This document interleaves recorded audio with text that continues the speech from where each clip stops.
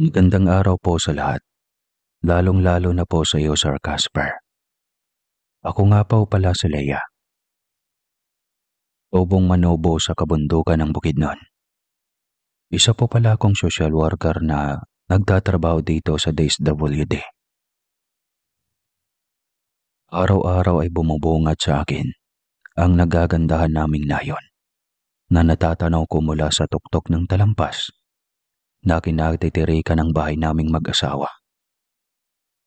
Masayang-masaya ako sa buhay ko kasama si Ale. At hindi ko kailanman pinagsisihan ang aking desisyon na mahalin ang isang kagaya ni Ale.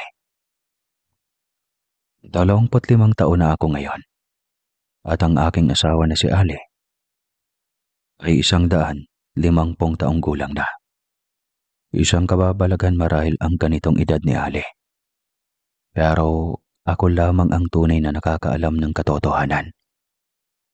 Inakala ng lahat na taga-baryo namin na nasa 30 taong gulang lamang ang asawa kong si Ale. Isang engkanto ang asawa kong si Ale at kami lamang ng aking pamilya ang nakakaalam sa mga bagay na ito.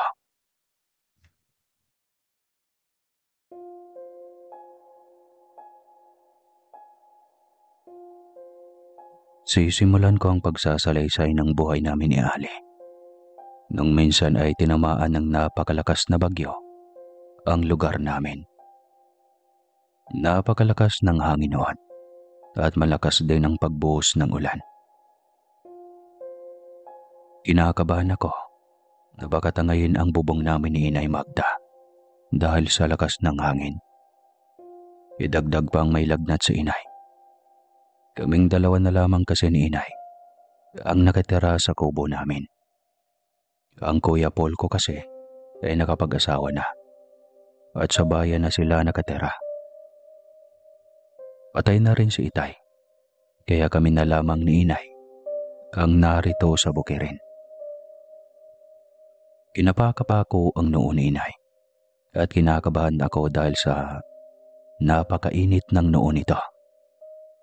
Sanay kasi si Inay na uminom ng mga halamang gamot tuwing may lagnat. Sa sobrang lakas ng ulan ay pinainom ko na lamang si Inay ng tableta. Pero hindi man lamang bumaba ang lagnat nito. Walang epekto kay Inay ang tableta na para sa lagnat. Kaya nagmamandali akong nagsuot ng kapote at sumuong sa malakas na hangin at ulan. Ikukuha ko si Inay ng halamang gamot na matatagpuan sa pusod ng kagubatan. Stress pa naman ng hapon at paniguradong makakabalik pa naman ako bago magdilim. Mabilis ang pagtakbong ginagawa ko para makarating kaagad sa pusod ng kagubatang nasa bandang likuran lang ng aming munting kubo ni Inay. Ingat na ingat pa ako sapagkat ay may bumabagsak na mga sanga ng kahoy. Kailangan ko makuha ang halamang gamot na maaaring makapagpagaling kay Inay. Idagdag pa ang masyadong madulas na daan na hindi ko din alintana.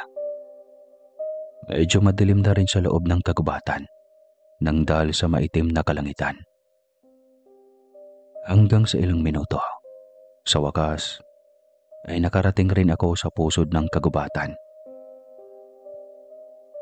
Ngunit ipinagtataka kong parang malinaw ang klima sa parting iyon. Nagpalingalinga pa ako sa paligid. At tama nga ako. Banayad lamang ang patak ng ulan sa parting iyon. Hindi rin malakas ang hangin. Ganoon na lamang ang pagkamagha ko sa paligid. Hindi rin malakas ang pagpatak ng ulan. Kaya lang ay wala na akong masyadong oras para sa aking pagtataka. Nagmamadali na ako. Nasa pusod kasi ako ng kagubatan noon. Ang mga halamang gamot na kinuha ko ay nasa gilid ng gulot na may napakalinaw na tubig. Hindi ko napigilan ang sariling mamangha sa ganda ng lugar. na kahit bumagyo pa man sa buong bundok, ngunit dito ay hindi mo ramdam ang galit ng mundong nagdidilim. Nagmamadaling kinuha ko ang mga halamang gamot na kakailanganin ko. Binunot ko iyon sa lupa at nung nakaipon ako ng sapat para gamitin ko kay inay, ay may nakita akong lalaking nakatanaw sa akin. Nakatayo ito sa gilid ng gulod. Sandali akong natigilan na tila nabatubalanay sa taglay niyang gandang lalaki. Ano ba yung gulod? Maputi ang balat niya at matangkad sa karaniwang mga nakilala kong lalaki. Ang mga mata niyang maiitim na nakatitig sa akin na di ko mawari kung galit ba o hindi. Sorry po, kumuha lamang po ako ng halamang gamot. Hindi ko maipaliwanag kung bakit ako nauutal sa harapan niya. Pero kinakabahan kasi ako. Hindi ko nga alam kung bakit ako humingi ng patawad. Gayong wala naman akong nagawang kasalanan. Pero ang kanyang mga titig ay nagdudulot sa akin ng hindi maipaliwanag na pakiramdam. Bigla tuloy akong napatakbo palabas ng kagubatan. Hindi ko kilala ang taong iyon. Baka kasi masamang tao ito. O isa sa mga rebeldeng nagagawi sa lugar na iyon. Pero, ang gwapo naman niya para maging rebelde at masamang tao. Tsaka na lamang ako huminto nang marating ko ang bungad ng kagubatan. Mula doon ay natatanaw ko na ang aming kubo. Tsaka pa lamang ako nabunutan ng tinik sa dibdib nang nasa malapit na ako. Sakto lang at medyo madilim-dilim na rin talaga. Inabukasan ay humupa na rin ang bagyo sa aming lugar. Pasalamat din ako at epektibo talaga ang halamang gamot na ipinainom ko kay inay. Munta ka sa pusod ng kagubatan kahapon? Tanong sa akin ni inay nang bumangon na ito mula sa kinatatayuan. Alam kasi nitong ang mga halamang gamot na iyon ay doon lamang sa pusod ng kagubatan na kukuha. Opo, Nay. Napakataas kasi ng lagnat mo kahapon, Nay. Anak, mangako ka sa akin na hindi ka na babalik doon na mag-isa, ha? Ay, nakong bata ka. Maraming nakatera doon sa pusod ng kagubatan, anak. Ayaw nilang ginagambala sila. Kapag kumukuha ako ng mga halamang gamot doon, ay nakikiusap muna ako sa kanila. Hindi na lamang ako sumagot. Naintindihan ko ang ibig sabihin ni inay. Natatakot siyang makasalamuha ko ang mga banwaanon. Sabi-sabi kasi ng mga tao na sa aming bayan na ang mga banwaanon ay nangunguha ng mga tao, lalo na mga babae, para dadalhin sa kanilang mundo at gawing asawa. Naalala ko ang lalaking nakita ko noon sa pusod ng kagubatan. Pero hindi naman ako namamalikmata. Isang tao ang nakikita ko at hindi matulis ang tenga niya, nakagaya ng sinasabi nilang banwaanon. Kaya isinawalang bahala ko na lamang ang masamang naiisip ko. Ang gwapo kaya ng lalaking iyon at kakaiba ang kabog ng puso ko kapag naalala ko siya.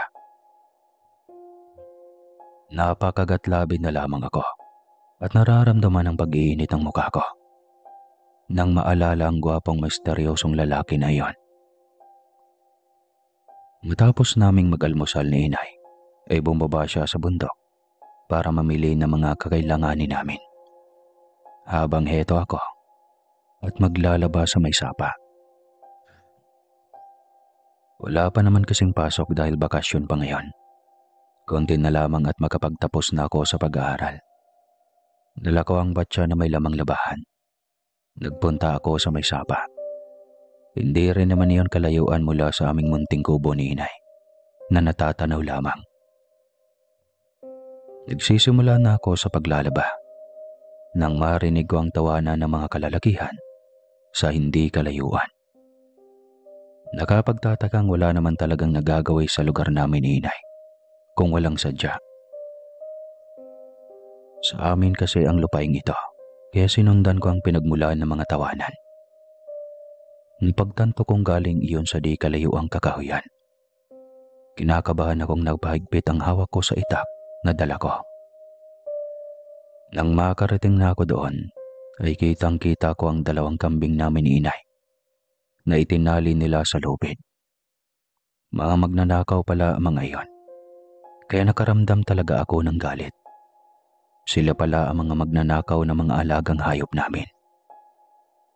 Kilala ko ang mga ito dahil nakatira sila doon sa paanan ng talampas. Kaklase ko ang isa sa kanila noong nasa high school pa kami ni Jamie. Kayo pala talaga ang mga magnanakaw ng mga hayop namin. Sigaw ko sa mga ito. Napalingon naman sila, pero hindi ko man lang sila nakitaan ng takot. Sa halip ay parang natutuwa pa sila nang makita ako. Uy, si Leia, kumusta? Ang ganda mo ngayon ha. Hindi ka na uhugin. Pantsaw sa akin ni Jamie. Naikuyom ko ang aking kamao at nakaramdam ng galit sa mga ito. Kung tutuusin ay wala talaga akong laban sa mga ito. Lalo na at mag-isa lamang ako.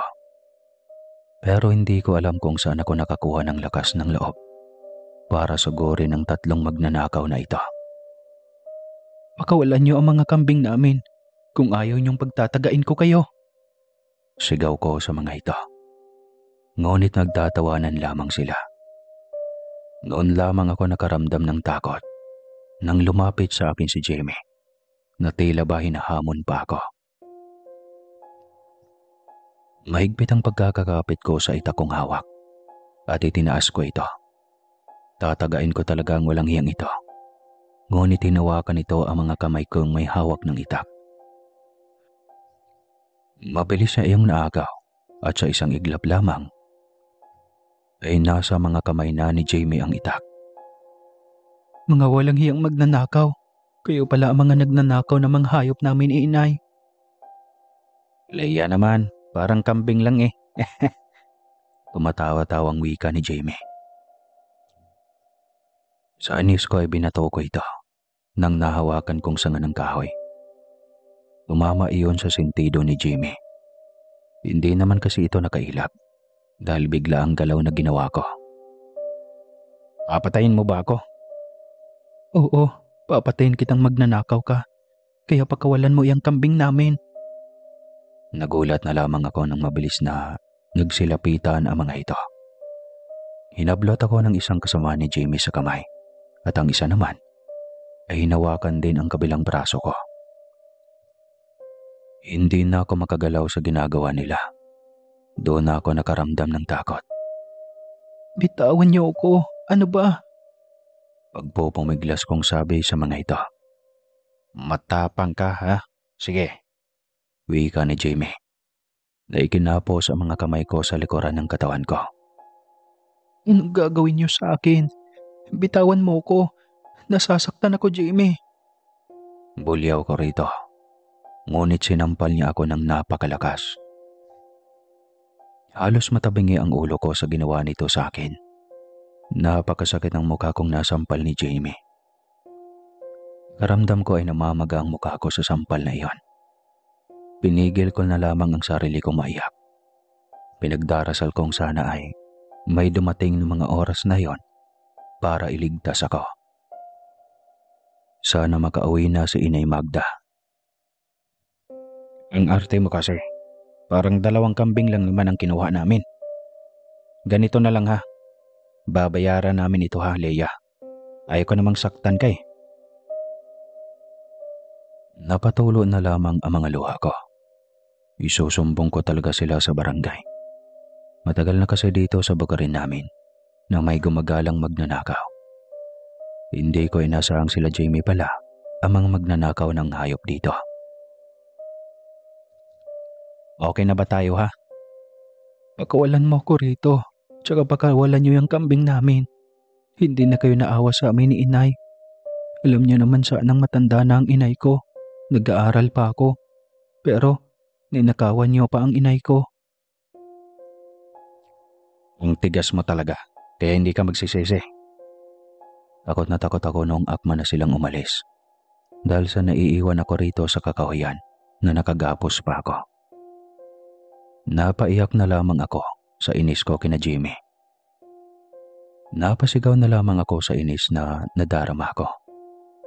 Nang bigla na lamang sumulpot ang isang taong matangkad na maputi. Napakagwapo nito. Siya yung lalaking nakita ko sa may gulod. Maamo ang mga mukha niyang nakatitig sa akin. Maputi ang kulay ng balat nito. Matangkad at ang mga matang kulay tsokolate ay nangungusap na nakatitig sa akin. Lumapit ito at gamit ang hawak na patalim ay pinakawalan niya ako mula sa pagkakatali ko sa puno. Salamat, Ginoo. Pagpapasalamat ko dito ng taos-puso. Susundan ko sina Jimmy.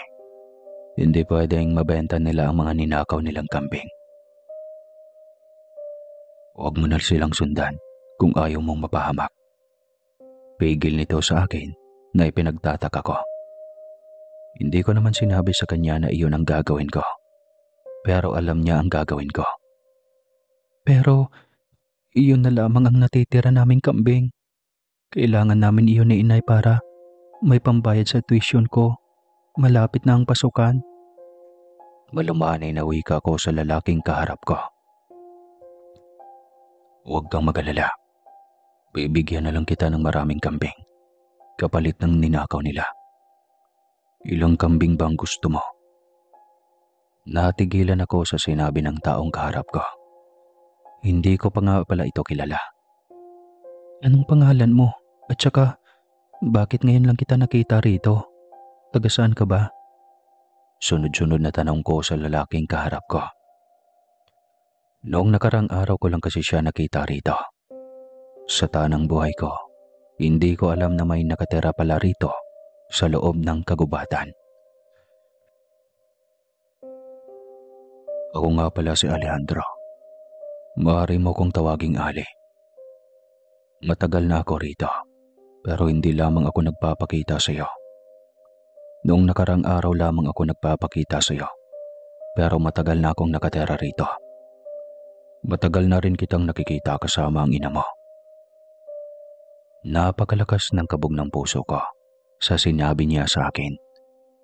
Pero bakit hindi naman ako nakaramdam ng takot sa kaharap ko? Pagkaramdam ko ay mabuting tao naman siya. Ako pala si Leia. Malungkot na pakilala ko sa taong kaharap ko. Nalulungkot talaga ako sa kambing na ninakaw nila Jimmy. Nag-aalala ako kung saan na naman ako makakahanap ngayon ng perang ibabayad ko sa tuition ko. Tiyak mangungutang na naman si inay sa mga kakilala nito. Mas lalaw pang mabaon sa utang ang aking ina. Ibibigay ko nga sa iyo ang alaga naming kambing. Sabi ko sa iyo, di ba? Napapailing na lamang ako sa sinabi nito. Sino bang lukulukong tao ang ibibigay ang alagang hayop sa kanya na pampalit sa ninakaw? Salamat sa pagligtas mo sa akin, ha. Sige, uuwi na ako. Tatapusin ko pa ang mga labahin ko. Ngumiti naman ito sa akin ng pagkatamis-tamis. Ako naman itong naglalakad na tila lumulutang sa hangin dahil sa ninakawan talaga ako mismo sa harapan ko. Di wala man lang akong nagawa para hindi nila madala ang alaga naming kambing. Talagang nakakapanlumo ang pangyayari sa araw na iyon.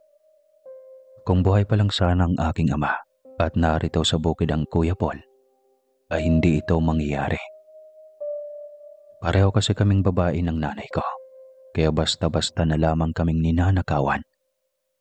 Lalo na at wala talaga kaming kalaban-laban, kagaya ng nangyari kanina. Ako pa ang itinali ni na Jamie sa puno. Nagpupuyos talaga ako sa galit sa dati kong kaklase na si Jimmy.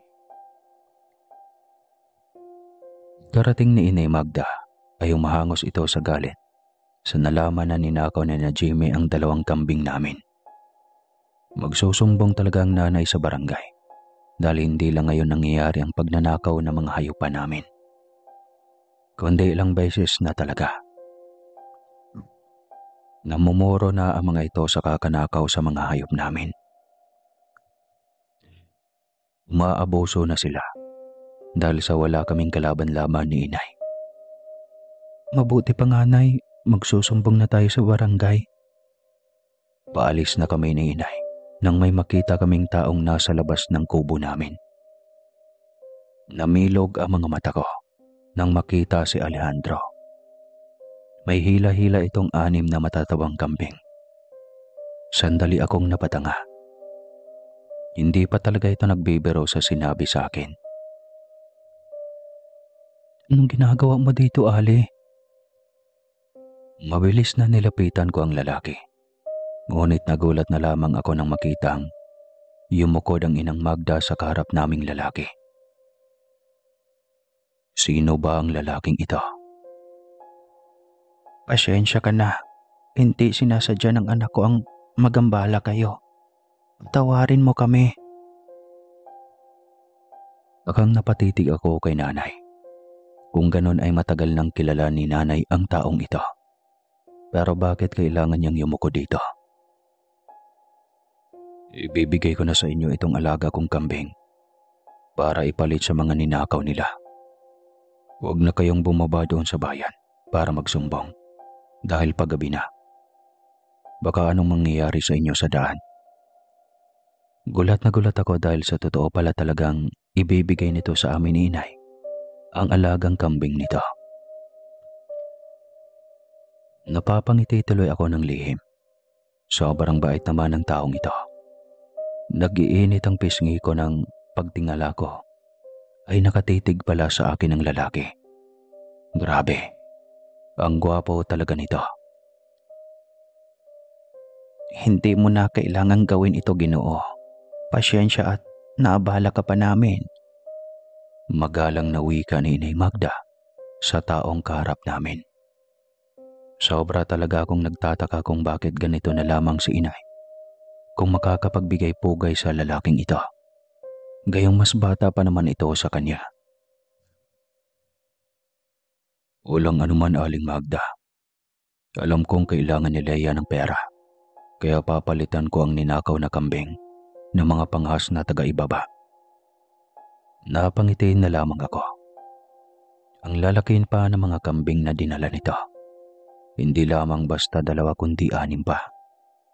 Napakarami siguro nitong alagang kambing sa kanila. Salamat, Ale. Pero 2 kambing lang naman ang ninakaw eh. Ngumiti lamang si Alejandro sa akin at sinabing di na bale. Ibibigay niya na lamang raw sa akin ang lahat ng iyan.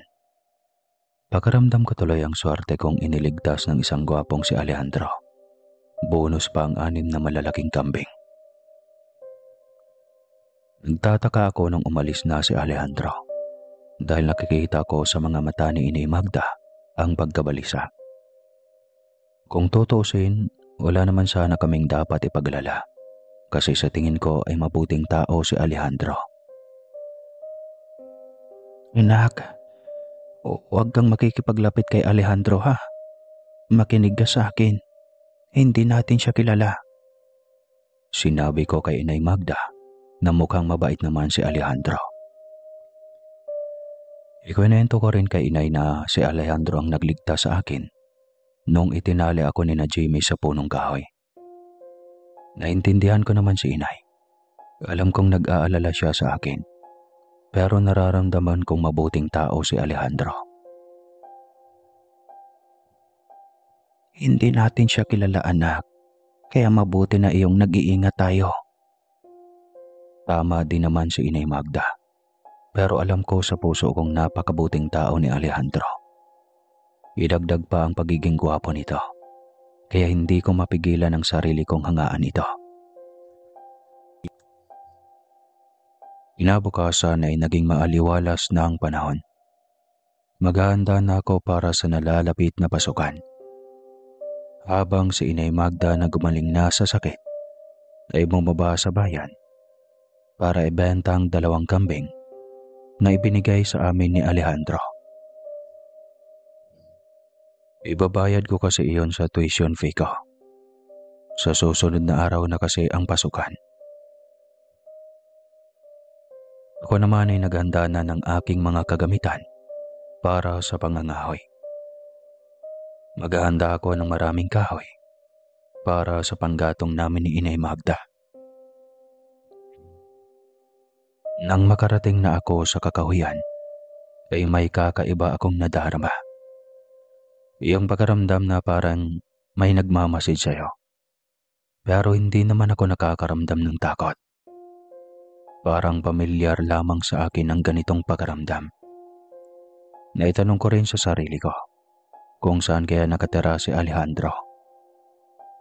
Sa tinigal-tagal ko na sa bundok na ito, ay wala pa akong nakitang ibang bahay maliban na lamang sa isang bahay kubo na nasa dulo ng kagubatang ito.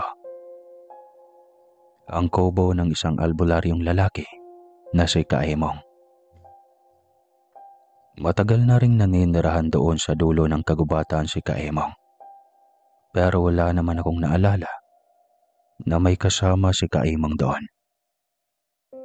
Isang matandang binata si Kaemong at mag-isa lamang ito sa buhay. May mga taong nagpupunta kay Kaemong para magpagamot. Pero wala namang nananatili sa kanyang kubo maliban sa kanya. Natigilan na lamang ako sa pagmumuni-muni nang matisod ako sa isang nakausling ugat ng malaking punong kahoy. Ramdam ko ang sakit sa apa ko, kaya bumagsak ako sa lupa. Napaungol na lamang ako sa sakit mula sa pagbagsak sa lupa at sa kerot ng paa kong natalisod. Nagulat na lamang ako nang biglang may taong lumitaw sa harapan ko at iniabot sa akin ang kamay niya. Napatingala ako at ganon na lamang ang pagkabog ng puso ko nang makita ko si Alejandro. Maaliwalas ang mukha nitong napakaliwanag sa paningin ko. Para akong nasa isang panaginip habang nakatitig sa mga mata nitong kulay tsokolate. Sandali pa akong hindi nakahuma nang itayo ako ni Alejandro. Anong ginagawa mo rito? Nagtataka talaga ako sa taong ito, sapagkat bigla-bigla na lamang sumulsulpot sa harapan ko. Tuwing kailangan ko ng tulong, ay bigla na lamang siyang dumarating, na para bang alam niyang kailangan ko ng tulong niya. Salamat sa iyo. Nakangiting wika ko kay Alejandro. Nainip lang ako doon sa amin. Kaya iniisip ko sanang dalawin ka sa inyo. Kaso nakita kita rito. May katapatang tugon niya sa akin. Saan pala ang bahay niyo, Ale? Malapit sa gulod. Napakunot ang noo ko nang wala akong naalalang bahay sa may gulod. Nagbibiro ka ba? Binibiro lamang kita. Pamangkin ako na kay Aimong. Matagal-tagal na ako sa kanila at matagal na rin kitang pinapanood mula sa malayo. Mas lalong nagiinit ang pisngi ko sa sinabi ni Alejandro. Inalalayan niya akong maupo sa nakausling ugat ng punong kahoy at banayad na hinimas-himas ang bakirot kong paa. Maya-maya lang ay nagpapasalamat na ako sa kanya dahil okay na ang paa ko. Sandali pa kaming nag-uusap nang biglang nagbago ang ekspresyon sa mga mata nito. Para itong nagagalit. Naitanong ko kay Alejandro kung ano ang nangyayari.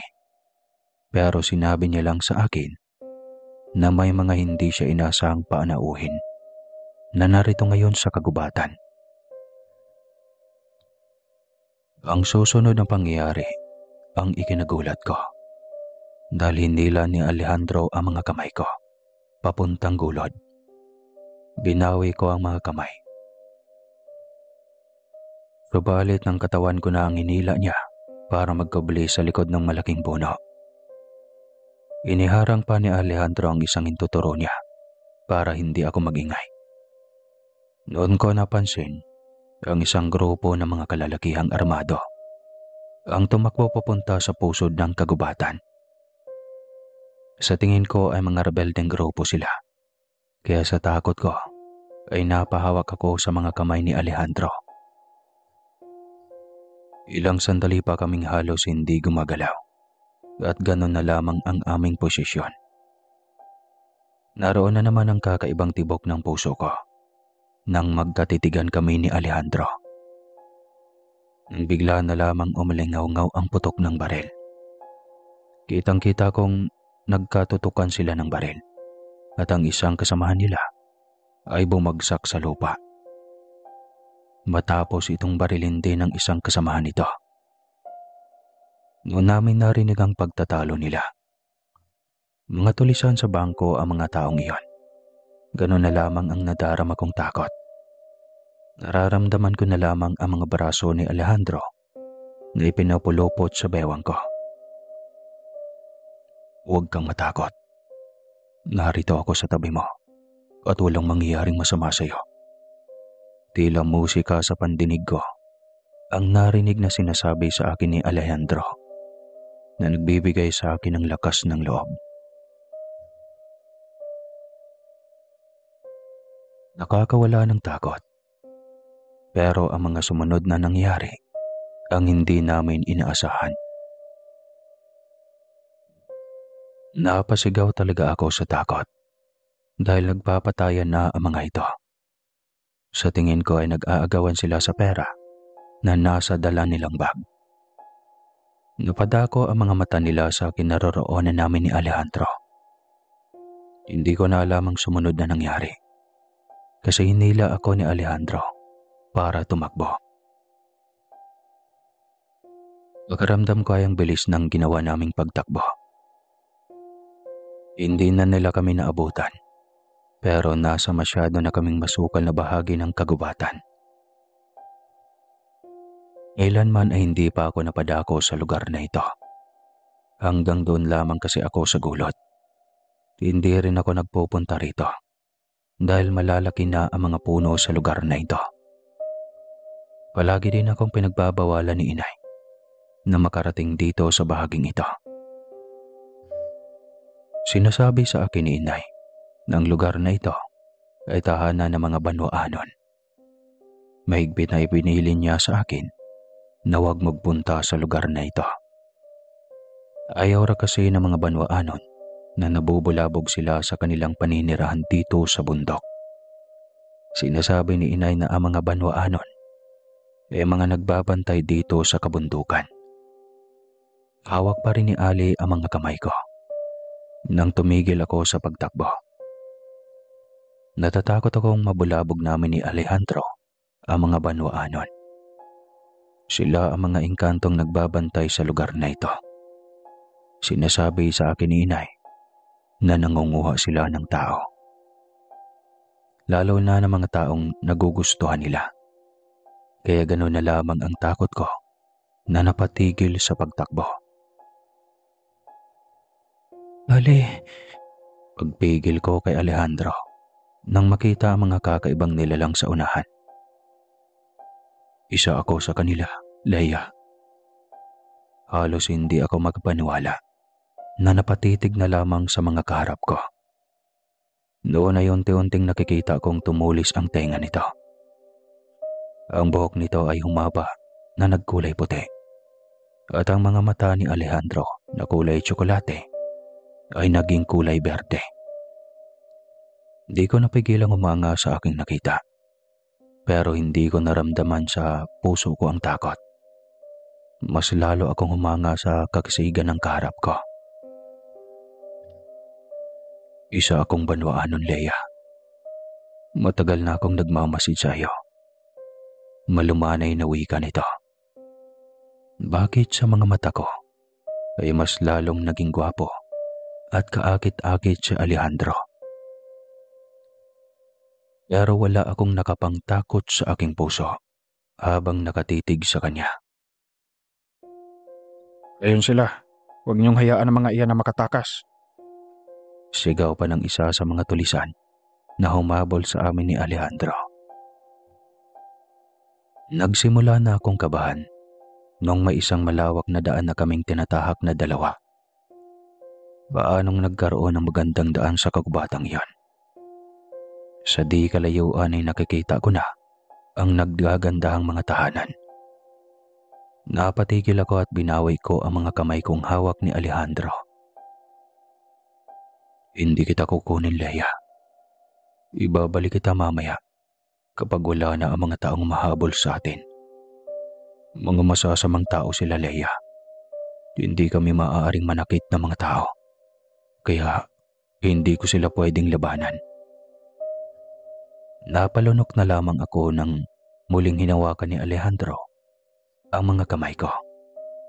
At tumuli kami sa isang napakagarang pamayanan na noon ko lang din nakita sa tanang buhay ko. Ito palang tirahan ng mga banwaanon. Napatitig sa akin ang mga naroon. Pero ang kinagulat ko ay ang pagyukod nila kay Alejandro. Hindi ko alam pero sa tingin ko ay may mataas na katungkulan si Alejandro sa pamayanan nila. Niyuyukuran ito ng bawat banwaanon na nakakakita sa amin. Mula rito sa kinaroroonan namin ay kitang-kita ko ang mga tulisan na tila naliligaw na ng daan nila. Paikot-ikot na lamang ang mga ito sa kagubatan hanggang makarating sila doon sa dulo kung saan naroon ang mga militar na naghihintay sa kanila. Nahuli ang mga lahat ng mga tulisan. Namamangha tuloy ako kung paano sila napunta sa dulo ng kagubatan. Sa dulo kasi noon ay kalsada na, kaya doon sila nahuli ng mga army. Napapangiti na lamang si Alejandro na iginaya ako dahil uuwi na raw kami. Ihahati niya ako pauwi sa kubo namin ni Inay. Totoo pala ang mga sinasabi nito sa akin na iuuwi niya rin ako sa kubo namin ni Inay. 3:00 na pala ng hapon at may dala pa akong panggatong. Tinulungan kasi ako ni Ale. Siya pa ang pumasa ng isang sakong panggatong na nakuha namin sa kakahuyan. Pagkarating namin sa kubo, ay kaagad na itong nagpaalam sa akin. Babalik na siya sa kagubatan, pero sinabi niyang babantayan niya ako lagi. Nagiinit tuloy ang pisngi ko sa sinabi niya sa akin. Napakalakas pa ng tibok ng puso ko nang bigla na lamang niyang hinalikan ang noo ko. Mabuti na lang at wala pa si Inay. Nang makapasok na ako sa loob ng kubo, ay tsaka pa lamang umalis si Alejandro. Pagdating ni Inay, nakita kong sobrang pag-aalala nito sa akin. Balita raw kasi sa bayan, ang mga tulisang umakyat dito sa bundok, banda sa amin. Kaya nagmamadali na siyang umuwi. Pero nakahinga ito ng maluwag nang makitang okay lamang ako. Nahuli na ng mga militar ang mga tulisan, Nay. Hindi ko napigilan ang sarili kong sabihin kay Inay ang nangyari kanina noong umalis siya. Sinabi ko kung paano akong iniligtas ni Alejandro. Nakita ko na lang ang panlulumo ni Inay Magda na humawak pa sa mga kamay ko. Nak, lumayo ka kay Alejandro. Isang engkanto si Alejandro, anak. Isa siyang banwaanon. Mahigpit na hinawakan ni Inay ang mga kamay ko. Itigil mo na ang pakikipagkaibigan kay Alejandro, anak. Hindi siya taong kagaya natin. Kaya habang maaga pa, layuan mo siya. Doon ka na muna sa kuya mo sa bayan. Huwag ka na munang babalik rito sa atin, ha? Hindi ako pumayag sa gusto ni Inay Magda. Walang sapat na dahilan para layuan ko si Ali. Kung tutuusin, ako pa nga itong may utang na loob kay Alejandro. dahil iniligtas niya ako sa maaaring kapahamakan na mangyayari sa akin kanina. Sinabi ko kay inay na mabuti si Alejandro sa akin. Sinabi ko rin na iniligtas ako ni Alejandro kanina. Sigurado akong kung hindi dahil kay Ale, ay baka nahuli na ako ng mga tulisan. Mas malala ay baka ginahasa na ako at pinatay. Natahimik naman si inay, pero muli niya akong pinaalalahanan na dapat ay iiwasan ko na si Alejandro. Sa mga sumunod na araw ay nagsisimula na ang pasukan. Hindi ko na rin muling nakita pa si Alejandro. Pero nararamdaman kong narito lamang siya sa paligid at nagmamasid sa akin. Parang namimiss ko na ang binatang engkanto na iyon. Papauwi na ako noon at nagbabantay na ako ng masasakyan ko nang may tumigil na motorsiklo sa harapan ko. Nakasuot ng helmet ang driver noon. Napatras ako at kinabahan. Wala naman kasi akong kakilala na maaaring sumundo sa akin sa paaralan. Kaya nagmamadali akong lumayo nang biglang hinawakan nito ang mga kamay ko. Pamilyar sa akin ang mga kamay nito. Kaya natigilan ako. Pero itinaboy ko ang iisiping si Alejandro ang sumundo sa akin. Paano naman kasing mangyayari iyon? Isang banwaanon si Alejandro. Hinablot ko ang mga kamay ko, ngunit humarang ito sa daraanan ko. Napatanga ako nang tinanggal niya ang suot na helmet. Tumambad sa akin ang mga tsokolating mga mata ng engkantong si Alejandro. Sandali akong napatunganga na nakatingala sa matangkad na engkantong kaharap ko. Ano nga ba ito nakarating dito sa paaralan namin? At sakay pa ito sa isang motorsiklo. Ihatid kita pa uwi. Bakit ka na pa rito?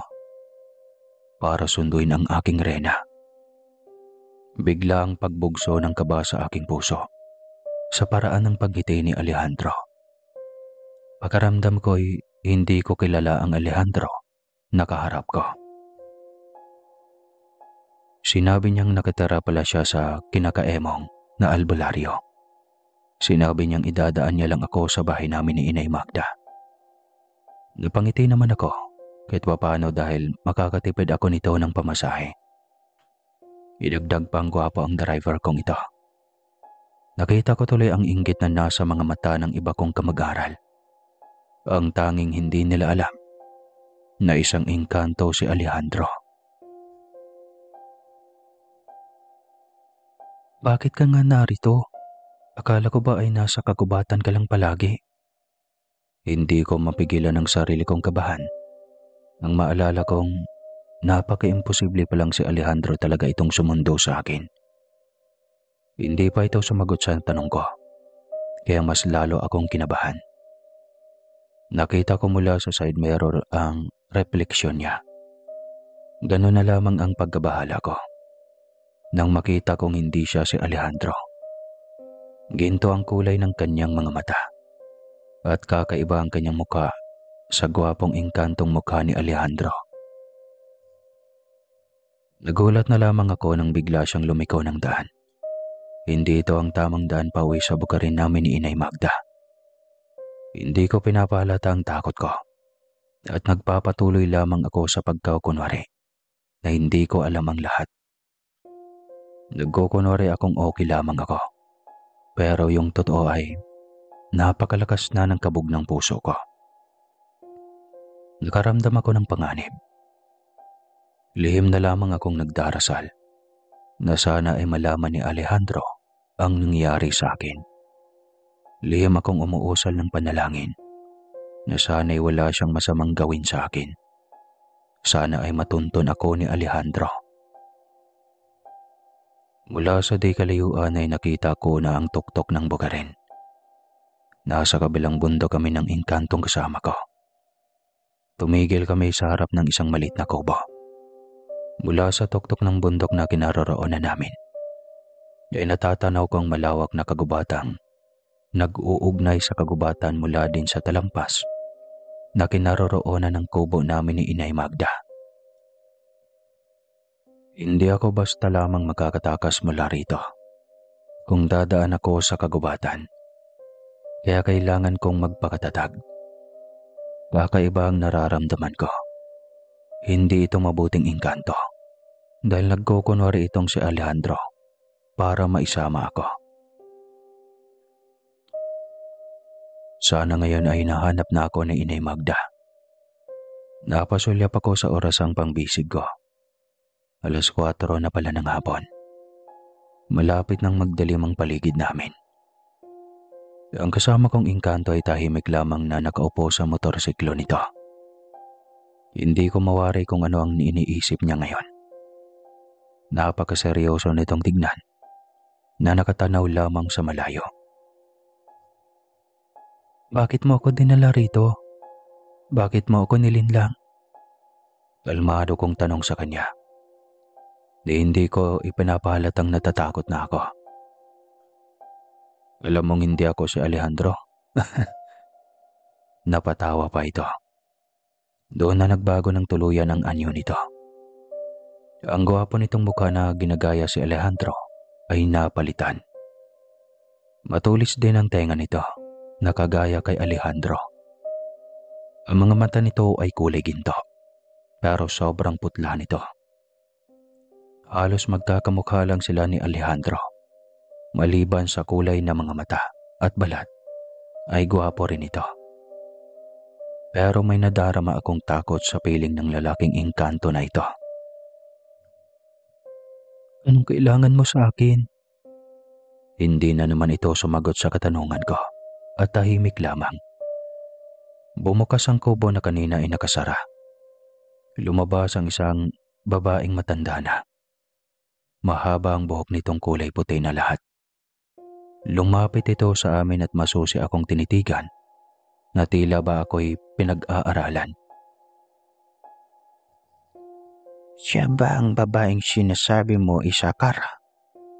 Tumangaw ang lalaking engkanto sa matandang babae. Mabuti naman at nasa mga kamay na natin ang babaeng ito.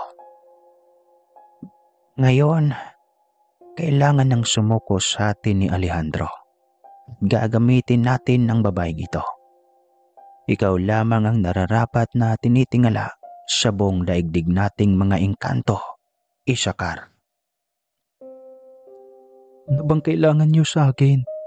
Tiyak na nag-aalala na si Inay Magda sa akin ngayon. Hinawakan ako ng babaeng matanda, papasok sa kubo.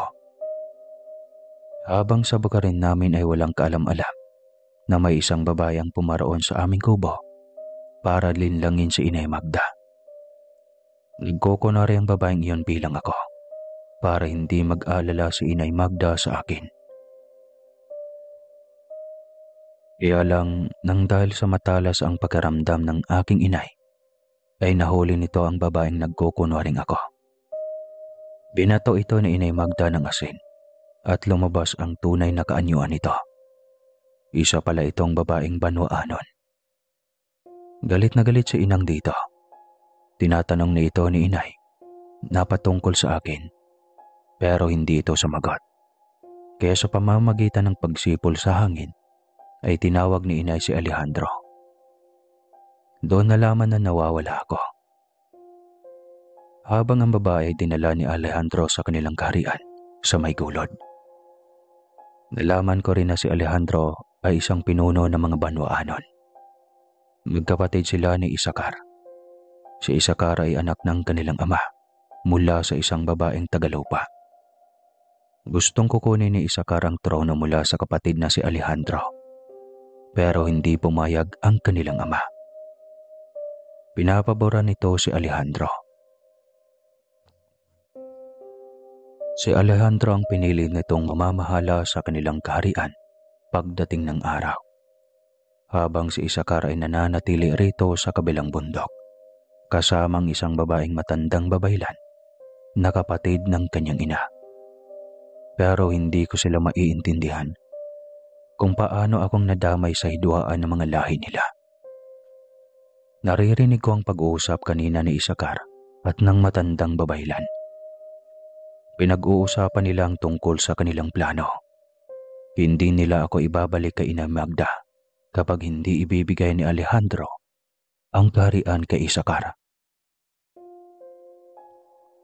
Hindi ko talaga lubusang masaisip kung bakit ako nadamay sa away nilang magkapatid na engkanto.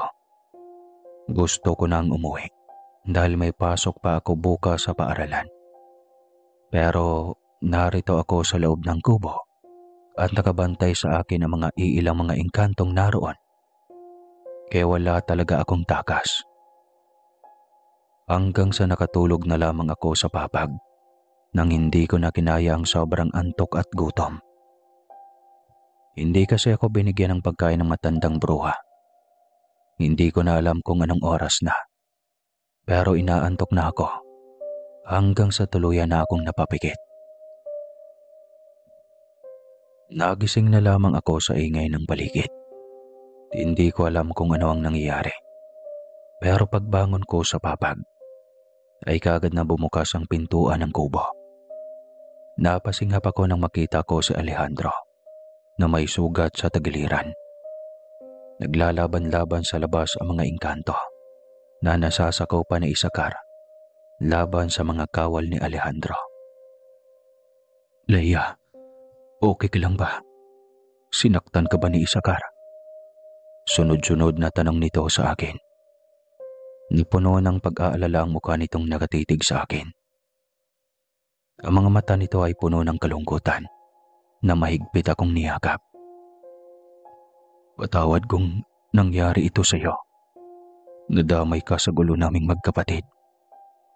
Ngunit bago pa man ito muling nakapagsalita, ay muling napaungol ito sa sakit. Nang tinamaan ng isang palaso mula kay Isakar na nasa labas ng kubo. Alejandro! Mabilis na tinulungan ko itong makatayo. Mahigpit na niyakap ko si Alejandro at hinarang si Isakar na muli na naman sanang aatake. Layuan mo si Alejandro. Ako na ang mamumuno sa buong kaharian at maaari kitang gawing reyna. Kaya bitawan mo ang panghas kong kapatid. Takot na takot ako ng mga oras na yon. Pero hindi ko iniwan si Alejandro. Na ngayon ay duguan na ang tagiliran. Kung hindi ka alis dyan, ay isasama kita kay Alejandro. Sigaw ni Isakar sa akin. Pero hindi ako natinag sa kinatatayuan. At mas lalong humigpit ang pagkakakapit ko kay Alejandro. Naroon ang kagustuhan kong iligtas si Ali sa pagkakataong ito. Ako ang palaging inililigtas nito. Pero sa pagkakataong ito, ako na naman ngayon ang magliligtas sa butihing engkanto na bumihag ng aking puso. Hindi ako natinag sa banta ni Isakar sa akin. Hinarap ko siya ng buong tapang at iniharang ang aking katawan kay Alejandro. Hindi ko inakalang napakasama mo. Kapatid mo si Alejandro. Pero nagagawa mo siyang saktan nang dahil lamang sa trono. Napakaganid mong engkantao ka. Sigaw ko kay Isakar. Leia, umalis ka na at iligtas mo ang sarili mo. Hindi na kita maililigtas sa ngayon. Malungkot na wika ni Alejandro. Na noon ay nagsisimula ng manghina. Ngunit mahigpit na niyakap ko si Alejandro. Hindi ko siya binitawan at hindi ako bibitiw sa kanya. Hindi ko alam pero natatakot akong mawala si Alejandro. Natatakot akong hindi ko na makita pang muli ang binatang engkanto. Natatakot akong hindi ko na siya makita pa sa kagubatan at sa gulod.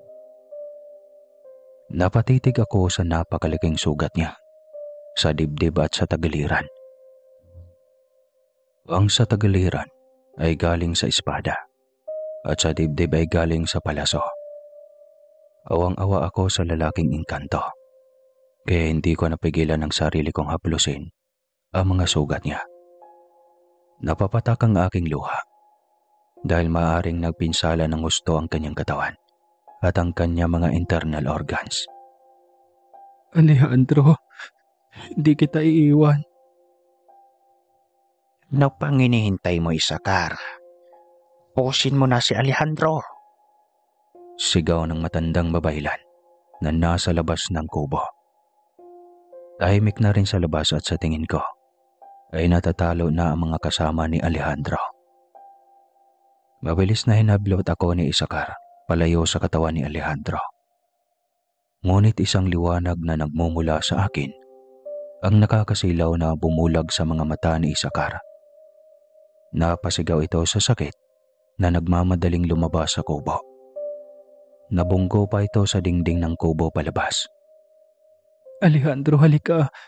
Tumayo ka. Inalalayan kong tumayo ang hari ng mga engkanto. Ngunit napamaang ako nang makitang unti-unting naghihilom ang sugat sa katawan nito. Hanggang sa nawala na ang sugat at naghilom na ng ganun lamang kabilis. Mahigpit na niyakap ako ni Alejandro at lumuhod sa harapan ko. May mga salita siyang inusal habang nakaluhod. Mga salitang hindi ko naintindihan. Sinabi niya sa akin na ako ang buhay na mutya na nakakapagpagaling ng kahit anong uri ng karamdaman na mayroon ang mga engkanto. Sa ngayon ay hindi ko pa alam kung anong ibig niyang sabihin. Ang mahalaga sa akin noon ay ang makalayo sa lugar na ito at makaligtas mula sa masamang babaylan at kay Isakar.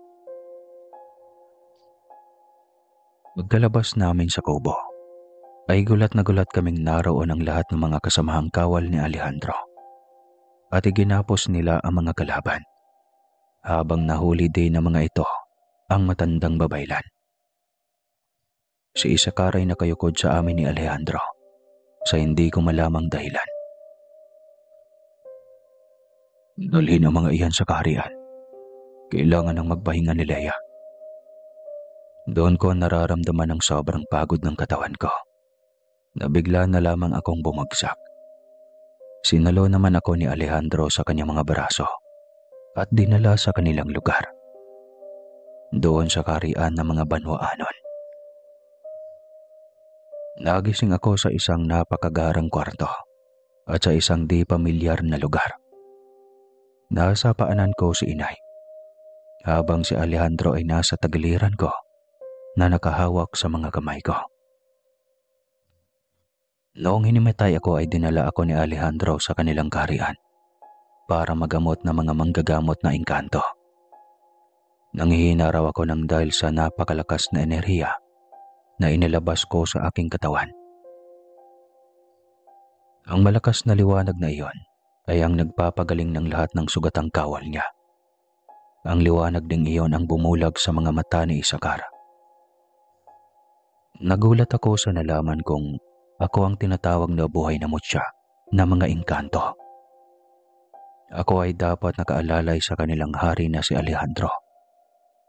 Habang si Isakar ay buong buhay na mananatili sa kulungan ng palasyo, kasama ang masamang matandang babaylan na kapatid ng kanyang ina. Isang hari na mga engkanto pala ang bumihag sa puso ko at napakasaya kong nailigtas ko si Alejandro ng mga oras na iyon.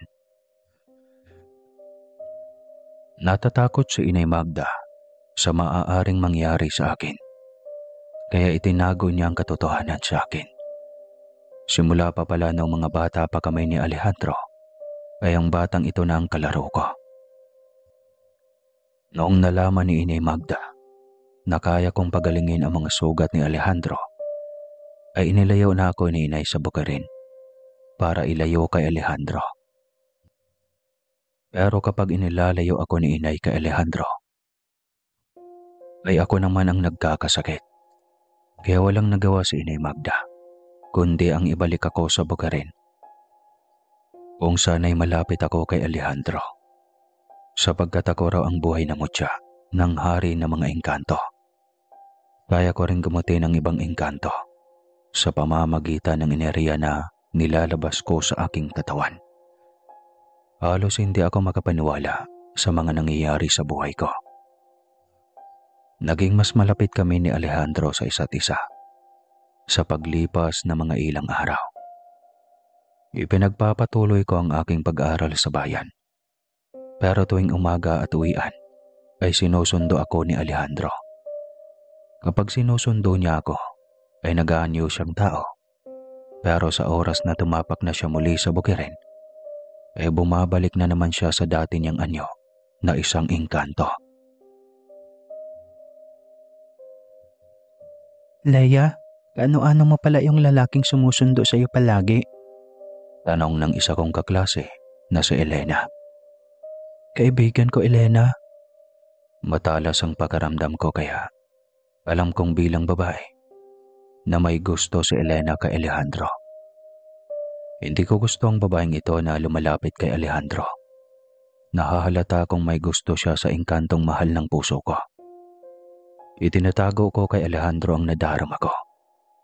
Wala yata akong lakas ng loob para sabihin sa kanya na gusto ko na siya at minahal ko na talaga siya.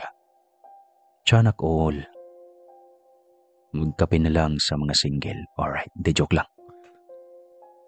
Si Elena ay anak ng mayor ng aming bayan at mayaman sila. Kitang-kita ko sa mga mata niya ang pagkagusto kay Alejandro. Nasa labas na ako ng paaralan at hinihintay ko si Alejandro na dumating. Habang si Elena ay narito pa rin sa tabi ko at sinabing ipakilala ko raw siya kay Alejandro. Gustong-gusto kong sabihin sa babaeng ito na kasintahan ko si Alejandro para lumayo na siya. Pero nahihiya kasi ako. Hindi naman kasi iyon totoo. Ang isang rason kaya inihatid sundo ako ni Alejandro sa paaralan ay nagkukunwari siyang tao. Dahil lamang sa ako ang kanyang buhay na mutya. Kailangan niya ako sa tabi niya kaya hindi kami pwedeng magkalayo. Kahit kailan na hindi naman sinabi sa akin ni Alejandro na gusto niya ako. Kaya kahit paano ay wala akong karapatan sa kanya. Dumating na nga si Alejandro, sakay sa motorsiklo. Agad itong lumapit sa akin na nakangiti. Nagulat na lamang ako nang biglang sumalubong sa kanya si Elena at nakipagkilala kay Alejandro. Nakaramdam ako ng inis sa ginawa ni Elena. Pero wala naman akong magagawa dahil kinausap din ito ng engkanto. Hindi ko napigilan ng mapasimangot nang nagkamay ang dalawa. Nauna na ako sa motorsiklo ni Alejandro dahil mukhang nagkatuwaan pa sila sa pag-uusap. Nang matapos ang halos 1,000 oras na pag-uusap nilang dalawa, ay lumapit na sa akin si Alejandro. Isinuot ko na ang helmet ko at hindi na ako naghihintay na suotan pa ni Alejandro gaya ng dati. Habang pauwi na kami, ay tahimik lamang ako at hindi ako nagsasalita. Wala ako sa mood na kausapin ito. Naiinis ako rito at hindi ko inasahang marunong din pala itong makipaglandian sa mga tao. Akala ko kakaiba si Alejandro sa mga lalaki dahil sa isa itong engkanto. Pero mas malala pa pala ito. Kasi ito ang unang pagkakataong nagkakilala sila na Elena. Pero nag-uusap na kaagad ang mga ito. Pare-pareho din pala ito sa mga tao at walang pinagkaiba. Magpahinga ka na ng maaga. Ihatid kita bukas sa paaralan mo. Tumangaw lamang ako nung makarating na kami sa kubo namin ni Inay, Magda. Pero sa totoo lang, naiinis ako sa engkantong kaharap ko. Inagabihan ay maagang nagpahinga si Inay Magda. Napagod ito sa maghapong pagtitinda sa palengke. Mula sa bintana ng aking kwarto, ay natatanaw ko ang napakaliwanag na puno na kinakapitan ng mga alitap-tap. Napakaganda nitong tingnan mula sa di kalayuan. Sa kadiliman ng gabi, ang punong iyon ay nagliliwanag na malapit lamang dito sa kubo namin. Noong bata pa ako ay lumalabas ako tuwing gabi para maglaro doon sa ilalim ng malaking puno. Doon ko nakakalaro ang batang si Alejandro. Kunti lamang ang mga alaala na meron ako sa aking kabataan. Pero masaya ang mga alaalang iyon. Hindi ko alam noon na ang kalaro ko ay isang engkanto pala. Minsan, naiisip ko kung normal pa ba itong nangyayari sa buhay ko. Araw-araw kong nakakasalamuha ang mga engkanto na taliwa sa buhay ng ibang normal na tao. Ginagawa na nga akong doktor ng ilang mga engkanto at lumalapit sa akin kapag may dinapuan ng sakit. Inililigpit ko ang mga gamit ko. Natapos na ako sa assignment ko. Kaya igugugol ko muna ang ilang sandali para puntahan ang maliwanag na puno. Gusto kong lumanghap ng malamig na hangin sa labas. May upuan naman doon sa ilalim ng puno. Kaya doon na muna ako mananatili ng ilang sandali. Mula sa puno ay nagliliparan ang mga nagliliwanag na mga alitaptap. Ang iilan pa doon ay dumapo sa mga baraso ko. Ang ganda nilang tignan. Ang liwanag nilang dala ay mas lalong nagpapaganda sa gabing iyon. Ang ganda mo talaga. Munting nilalang. Anay ko sa dumapong alitaptap sa aking kamay. Mas maganda po kayo, Binibini. Namilog ang mga mata ko nang marinig ko ang maliit na boses na iyon. Nakita kong lumipad sa akin ang napakalaking alitaptap. Muli kong kinusot-kusot ang mga mata ko dahil inakala kong nananaginip lamang ako. Subalit totoo ang nakita ko at nasaksihan. Isang maliit na tao na kasinglat lamang ng hintuturo na may pakpak. Nagliliwanag ang mga pakpak nito na animoy bituin sa madilim na kalangitan. Nagpakilala ito sa akin at sinabing siya ang engkantong tagapangalaga sa punong iyon. Gusto raw ni Alejandro na magandang tignan ang punong ito, araw-araw para sa akin. Alam ni Alejandro ang gustong-gusto kong pinapanood, ang mga alitaptap sa gabi. Napangiti ako sa sinabi ng babaeng alitaptap sa akin. Hindi ako makapaniwala na ginagawa ni Alejandro ang mga bagay na ito para sa akin. Bakit hindi ka pa nagpahinga? Napalingon ako sa pinagmula ng boses at nakita ko si Alejandro na nakatayo sa likuran ko. Napakagwapo talaga ng engkantong ito. Mas gwapo siyang tignan kapag ganitong berde ang mga mata niya. Mahabang tuwid na buhok at matulis ang tenga. Bakit ka narito? Nakita kasi kita, kaya lumapit na ako. Napasinghap na lamang ako nang hawakan ni Alejandro ang mga kamay ko. Nagsimula na namang kumabog ang puso ko sa ginawa nitong paghawak sa mga kamay ko. Magkahinang ang aming mga mata habang hinapit ni Alejandro ang katawan ko palapit sa katawan niya. Hindi ko maintindihan ang sarili ko. Pakaramdam ko kasi ay gustong-gusto ko ang ginagawa ng engkantong ito. Na hindi man lang ako tumutol nang dinampian niya ng halik ang mga labi ko. Natigilan kaming pareho ni Alejandro nang marinig namin ang sunod-sunod na kahul ng aso. Kasunod noon ay ang mga yapak na papalapit sa kulungan ng mga hayop. Mula sa kinaroroonan namin ay nakikita ang 4 na taong lumapit sa kulungan ng mga hayop. Itinali ng mga ito ang malaking baboy namin ni Inay Magda. Naikuyom ko ang kamao ko sa nakita, habang si Inay Magda ay tulog na tulog. Sina Jamie na naman ang naiisip kong pwedeng magnakaw sa mga hayupan namin. Akmang lalapitan ko na ang mga iyon nang pinigil ako ni Alejandro. Naintindihan ko ang babala sa mga mata nito. Pero kailangan ko talagang pigilan ang mga taong ito. Hindi pwedeng basta na lamang nilang tangayin ang mga alaga namin dito. Ako na ang bahala. Pumasok ka na sa loob ng kubo. Bulong sa akin ni Alejandro. Pero, hindi ka pwedeng manakit ng tao, Ale. Nag-aalalang tanong ko sa lalaking engkanto na kausap ko. Tinanguan niya ako at iginaya ako papuntang pintuan sa likod ng aming bahay. Sayang dumating yung magnanakaw, no? Ang ganda na ng eksena eh. Pasilip-silip ako sa maliit na butas ng dingding namin. Kung ano ang gagawin ni Alejandro sa mga magnanakaw na iyon. Ngunit wala akong narinig na ingay o kaya ay labanan. Napakalakas pa rin ang kabog ng aking puso. Baka kung mapano si Alejandro. Naisip kong baka may patalim o kaya ay baril ang mga ito.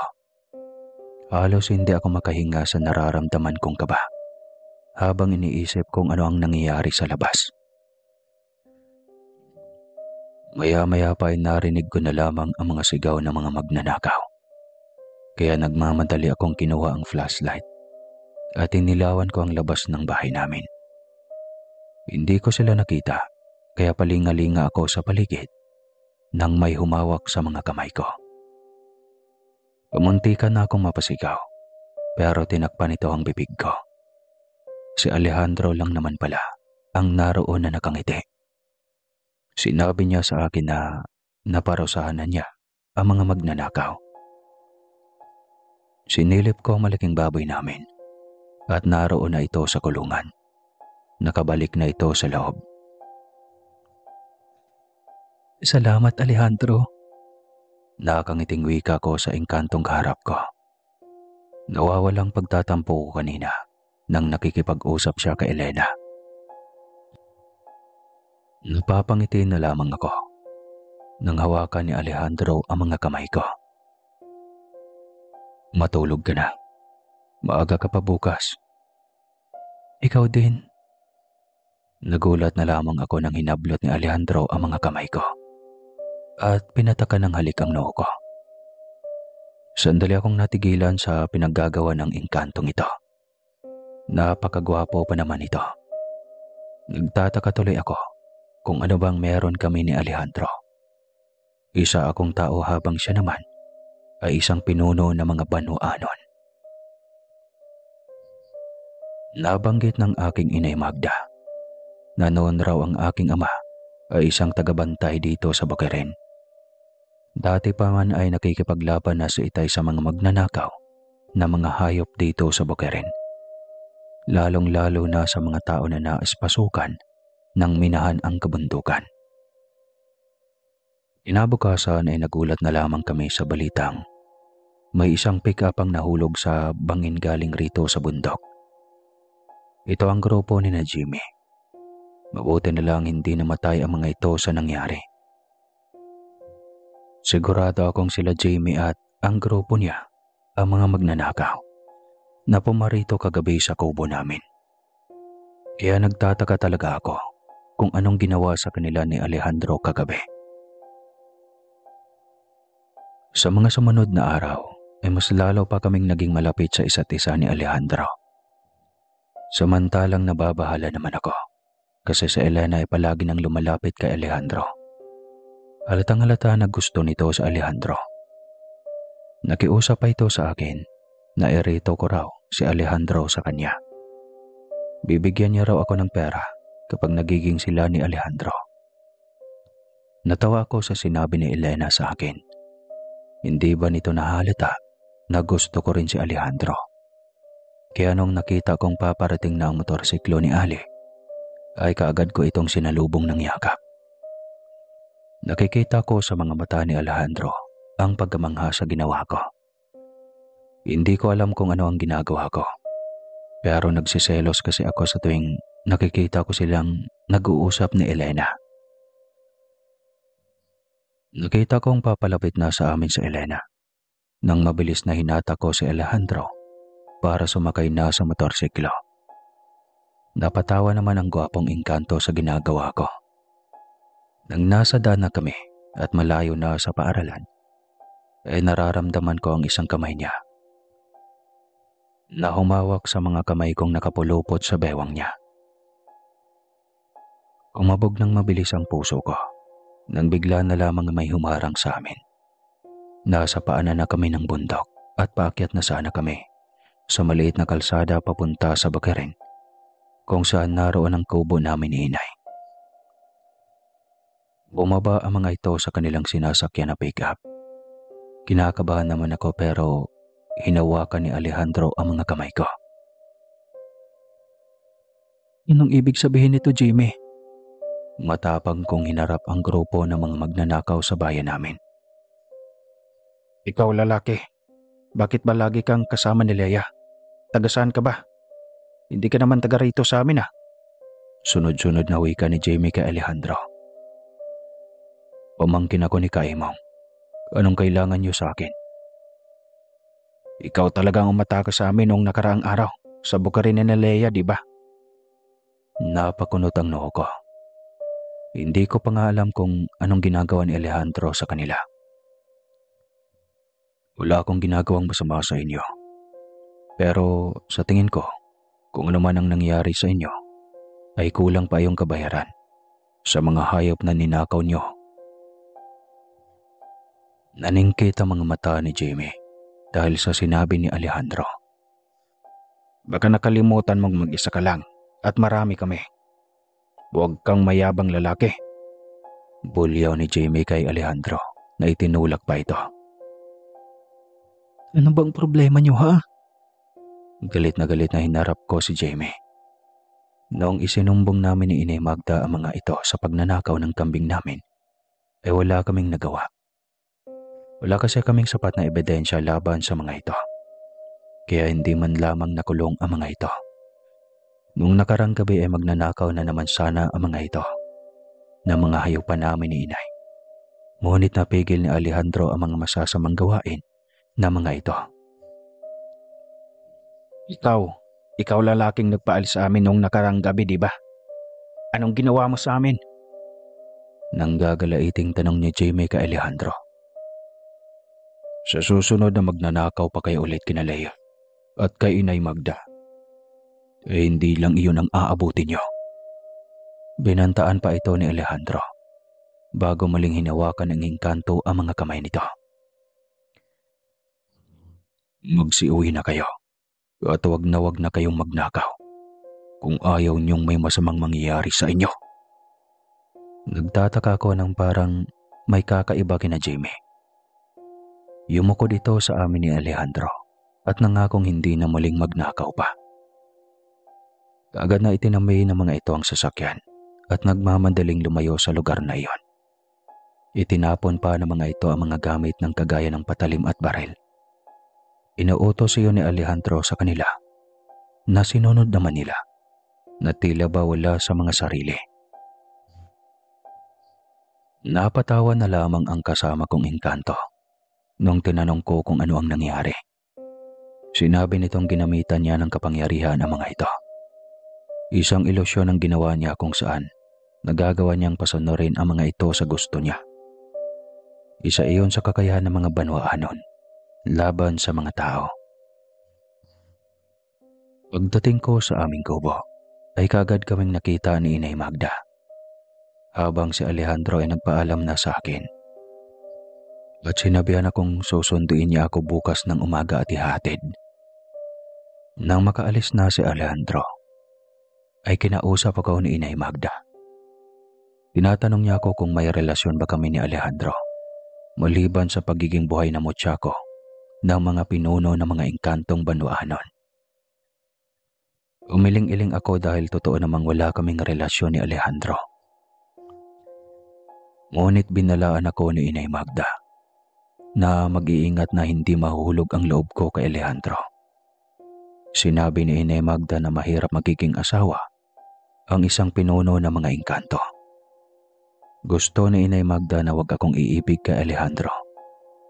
Nakikita raw ni Inay na nahuhulog na ang loob ng binatang pinuno ng mga engkanto sa akin.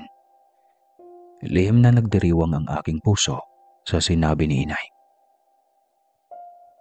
Alam ko kasi sa sarili kong may nararamdaman na ako kay Alejandro. Alam kong hindi lamang basta kaibigan lang ang tingin ko sa binatang engkanto. Habang hindi ko alam na may nakaambang panganib na pala sa buhay namin ni Inay Magda ng gabing iyon. Gumagawa ng kwento sina Jamie sa bayan na may kasama kaming lalaki ni Inay Magda.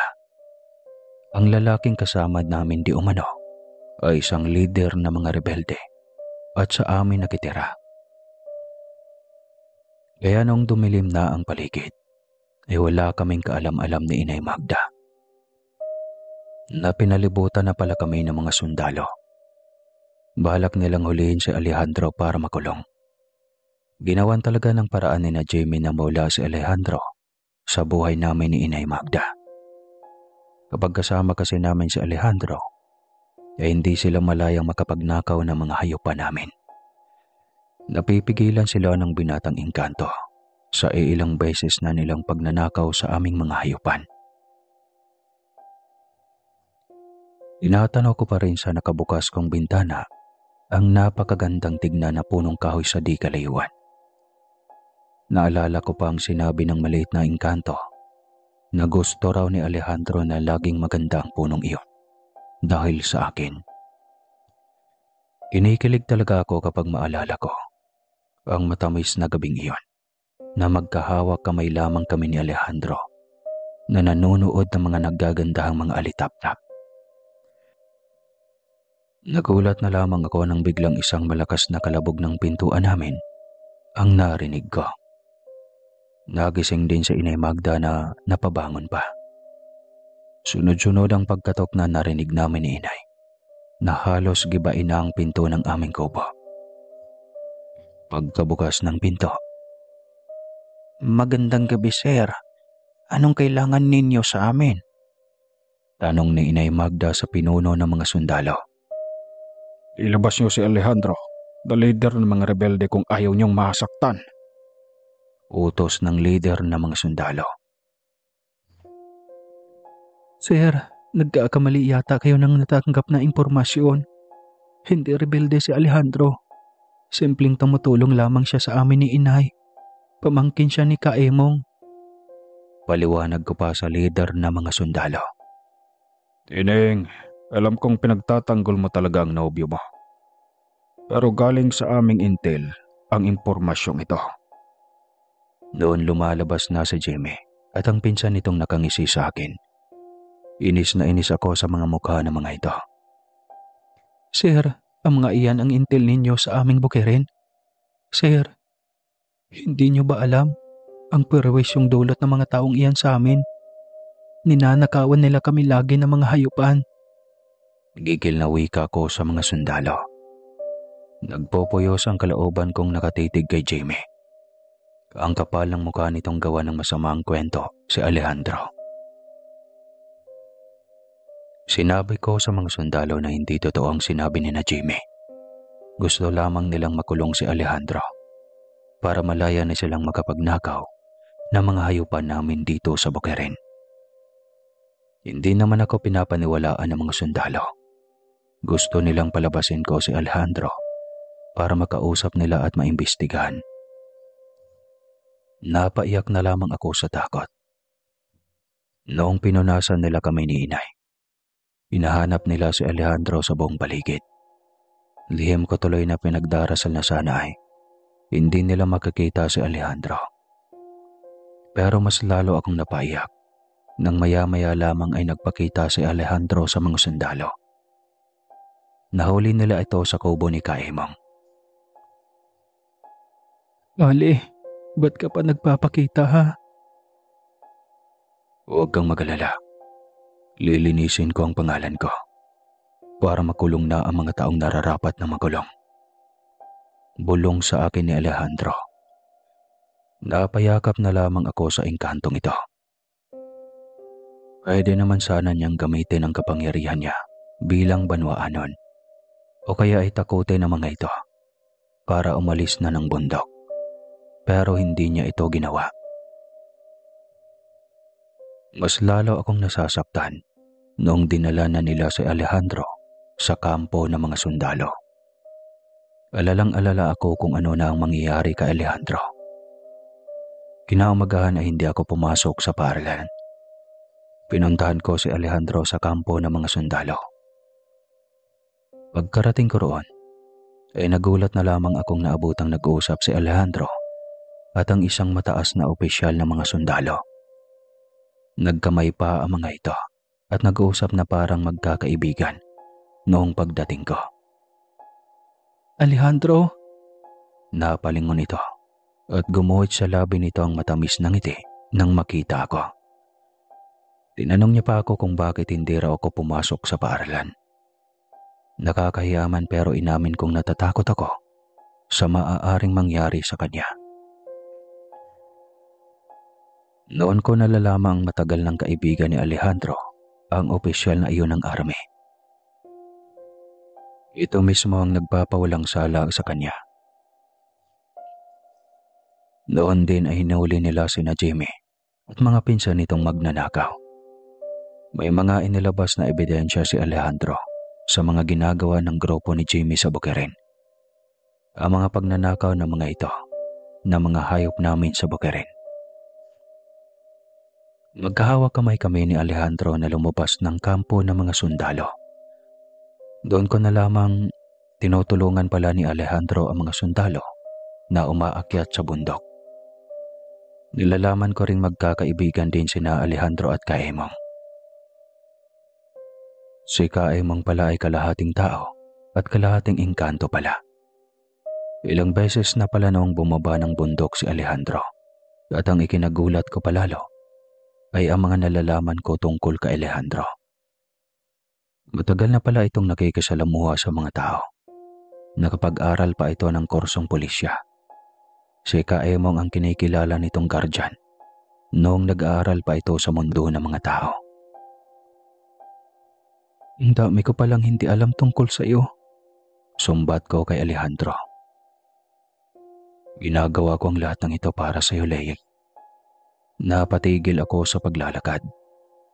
Palabas na kasi kami ng kampo ng mga sundalo ng mga oras na yon. Anong sinabi mo? Pagtatanong ko na hindi man lamang nilingon ang binatang engkanto.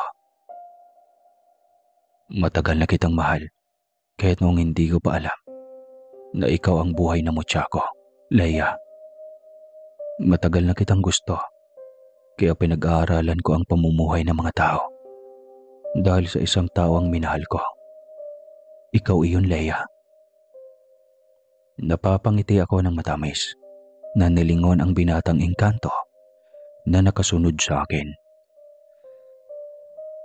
Lumipas pa ang mga buwan hanggang sa nagtatapos na ako sa pag-aaral ko. Habang kami ni Alejandro ay sobrang saya sa buhay naming mapayapa dito sa Boquerin. Inakasalan ako ng binatang engkanto sa West at sa kanilang kaharian. Isang napakabonggang kasal doon sa kaharian ng mga Banwananon. Hindi na rin tumutol si inay sa kasal namin ni Alejandro. Nakikita ng aking inay kung paano ako alagaan at mahalin ni Alejandro. Nagiging tahimik na ang aming buhay sa Boquerin ngayon. Hindi na rin kami pinapasok ng mga magnanakaw simula noong nakulong sila Jamie. Wala akong pinagsisihan na nag-asawa ako ng engkanto, kundi napakasaya ng buhay ko. Hindi ko akalaing ako ang tinatawag na buhay na mutya na pinuno ng mga pinuno ng engkantong Banwaanon. At ang engkantong ito ay ang makakasama ko na habang buhay. Mahiwaga kong iisipin, pero ang buhay ng tao, lalo sa mga tagong lugar, tulad ng lugar namin ay mahiwaga. Salamat po sa inyong pakikinig at sana ay may matutunan kayo na ang normal na tao ay pwedeng umibig sa mga engkanto. At bago ko tapusin ang kwentong ito, inihiling ko sa asawa ko na sana lahat ng makarinig sa kwentong ito ay gagaan ang pag-aramdam pagkatapos. Kung nararamdaman niyo iyon, makikinig lang kayo palagi kasi marami pa ang darating na mga kwento. na katulad nito. Hanggang dito na lang po talaga. Maraming salamat po at mahal tayo ng Diyos.